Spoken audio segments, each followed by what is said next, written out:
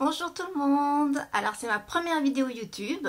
Mon nom c'est Roxana Robin et je suis la fondatrice de l'Aide internationale pour l'enfance, qui est un organisme qui lutte contre l'exploitation des enfants dans le monde. Alors c'est ça, c'est ma première vidéo, du coup j'ai fait plein de tutos, j'ai regardé plein de choses et je sais qu'il faut avoir un super décor en arrière, une belle lumière, donc je sais que j'ai absolument rien de tout ça. Ceci dit, j'espère quand même que ça va vous plaire. Je vais faire ma présentation en moins de 10 minutes pour que vous puissiez me connaître et savoir, voilà, qu'est-ce que je vais faire comme vidéo et surtout qu'est-ce que j'ai à partager avec vous, quel genre de communauté je voudrais qu'on crée ensemble et tout ça. Alors, je suis née au Bangladesh, j'ai 45 ans. Ma soeur et moi, en fait, nos parents, on ne sait pas trop ce qui s'est passé, s'ils sont morts, s'ils nous ont abandonnés, etc. On n'en sait rien. Mais on a été dans un orphelinat au Bangladesh. Et on a eu la chance, entre guillemets, d'être adopté par un couple français. Alors, je fais entre guillemets parce que l'adoption s'est pas super bien passée. Donc, je ferai peut-être une vidéo d'ailleurs sur l'adoption, un petit peu, parce que je trouve ça hyper intéressant de parler de nous, notre feeling en tant qu'enfant adopté, puis aussi des attentes des parents qui adoptent les enfants. Je pense que c'est important d'en parler. Bref, ça s'est pas super bien passé. J'ai grandi en France, une enfance assez difficile parce qu'on était, ma soeur et moi, on était les seuls noirs de tout le village où est-ce qu'on a grandi. On était dans le lycée où est-ce qu'on était, dans le collège, on était les deux seuls noirs sur 1000 élèves. Donc j'ai vécu beaucoup de racisme, de harcèlement, etc. Ma mère, on a eu un gros drame familial quand j'avais 7 ans à peu près.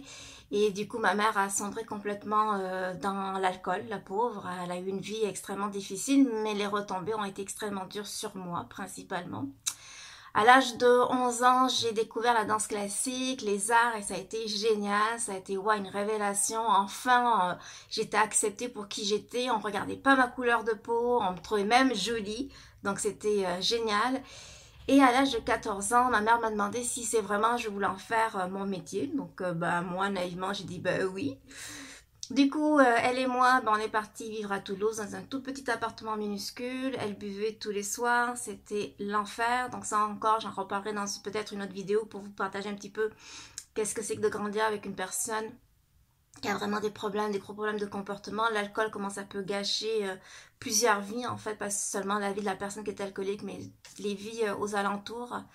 Voilà, donc de 14 à 17 ans, j'étais dans une école professionnelle. Du coup, j'ai lâché l'école. Voilà, à 14 ans. Et à l'âge de 17 ans, je suis allée sur Paris encore avec ma mère. Et je suis rentrée au Conservatoire national supérieur de danse de Paris en contemporain. Bon, ça n'a pas été super facile, ça n'a pas été une expérience qui a été épanouissante du tout, du tout. J'ai vraiment pas aimé mes années à Paris. Encore là, ma mère et moi, on était très pauvres. Ma mère gagnait pas beaucoup d'argent, elle faisait des ménages pour pouvoir me payer mes chaussons, mes cours de danse, etc.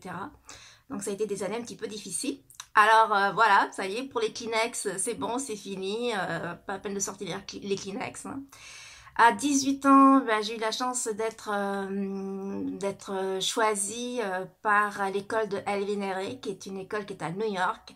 Et donc, je suis partie à New York et ça a été génial, une expérience que j'ai adorée. Vraiment une ville super, ma ville coup de cœur. Donc, j'ai dansé là-bas.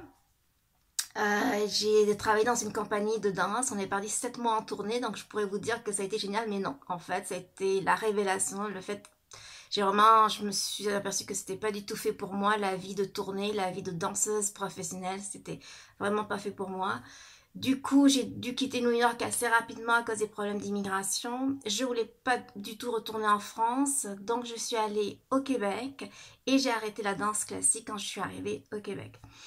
Après 3 mois de grosses galères, là aussi j'en parlerai, vraiment j'ai hyper galéré, j'avais 10 dollars canadiens pour manger par semaine pendant quelques mois. Ensuite j'ai rencontré mon premier mari, enfin l'homme qui allait devenir mon premier mari. Et j'ai travaillé en télémarketing parce que quand on arrive au Québec, en général les immigrants ce qu'on fait, on travaille en télémarketing. Donc, et ça a été des super années. Franchement, j'ai encore un bon souvenir et j'étais très bonne. Et du coup, j'ai été choisie par la banque, une banque assez connue au Canada, pour faire partie de la première équipe de télémarketing. Donc, Là encore, ça se passait super bien et la banque était prête à me payer des cours pour devenir conseillère en investissement. Et en même temps, je me rendais compte que c'était pas du tout ma voie, que c'était pas du tout ce que je voulais faire. Je faisais une thérapie avec une psychologue et en fait, à chaque fois, ça revenait les enfants qui souffraient dans le monde, les enfants qui souffraient dans le monde. Tout le temps, ça revenait. Les rêves que j'avais quand j'étais petite, les gens que j'admirais quand j'étais petite, qui étaient Gandhi, Mère Teresa. Et je me suis rendu compte que voilà, c'était vraiment ça ma vie, c'était ça que je voulais faire, c'était aider les enfants qui souffraient dans le monde. Du coup, je suis partie pendant quelques mois faire du bénévolat dans un orphelinat en Inde où il n'y avait pas d'eau, il n'y avait pas d'électricité, il y avait 200 enfants. J'ai vu des enfants mourir de la typhoïde, j'ai vu des enfants travailler, j'ai vu des enfants exploités. Donc encore là, je ferai vraiment une vidéo spéciale sur mon expérience en tant que bénévole, ma première expérience en tant que bénévole en Inde. Et ça a été en fait l'expérience qui m'a révélé ma vocation, voilà ma mission de vie, c'est de lutter contre l'exploitation des enfants dans le monde, contre cette injustice-là. Et quand je suis revenue à Montréal, je me dis ok voilà c'est ça que je vais faire. Et j'ai décidé de démarrer ma propre association et non pas de travailler pour une autre association. J'ai décidé de fonder ma propre association parce que je savais exactement que c'était ça mon destin. Je savais que c'était ça qu'il fallait que je fasse. Alors je sais que ça paraît vachement ambitieux et tout.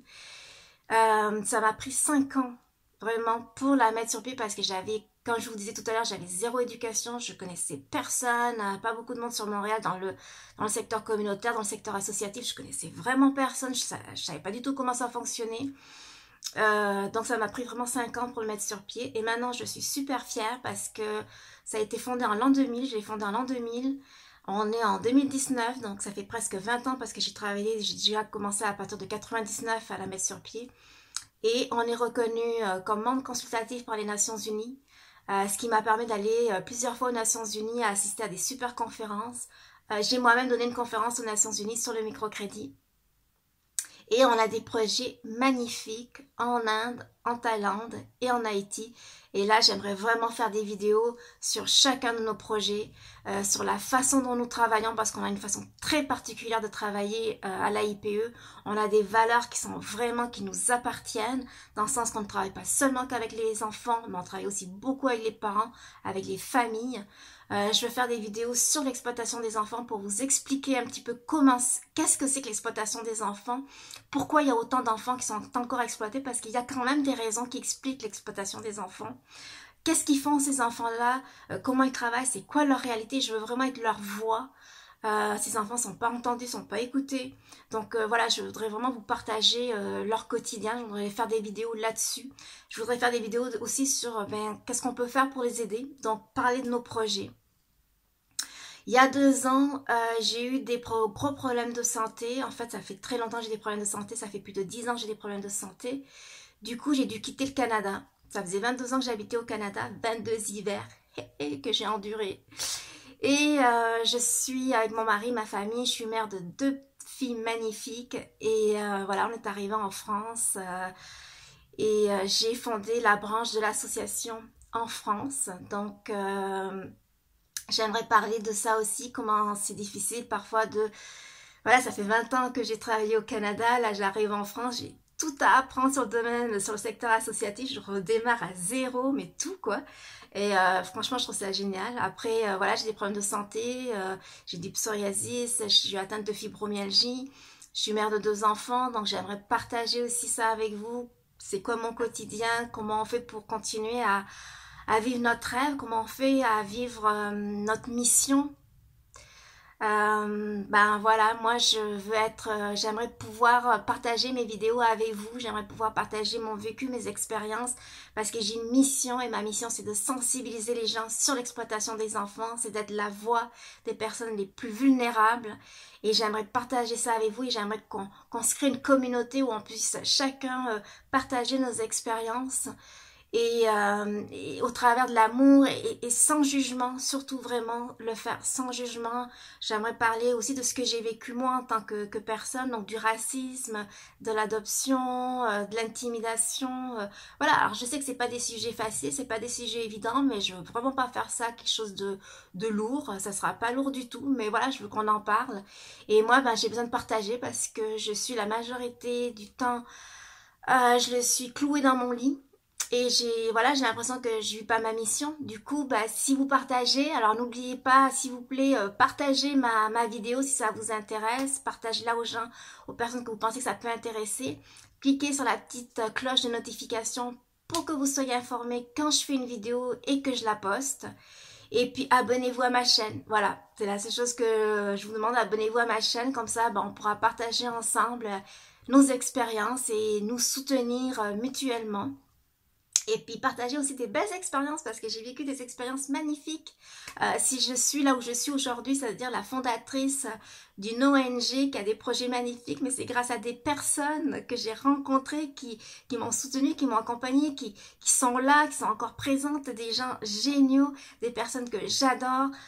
Et c'est grâce à ces personnes-là, en fait, voilà, c'est ça, la clé de la réussite, c'est s'entourer de gens hyper compétents, hyper généreux. Et moi j'ai cette chance-là d'être voilà, d'être entourée de gens exceptionnels. J'aimerais vous parler de ces personnes-là aussi. Donc voilà, je vous embrasse très fort et j'espère que c'est une histoire qui va durer longtemps entre vous et moi.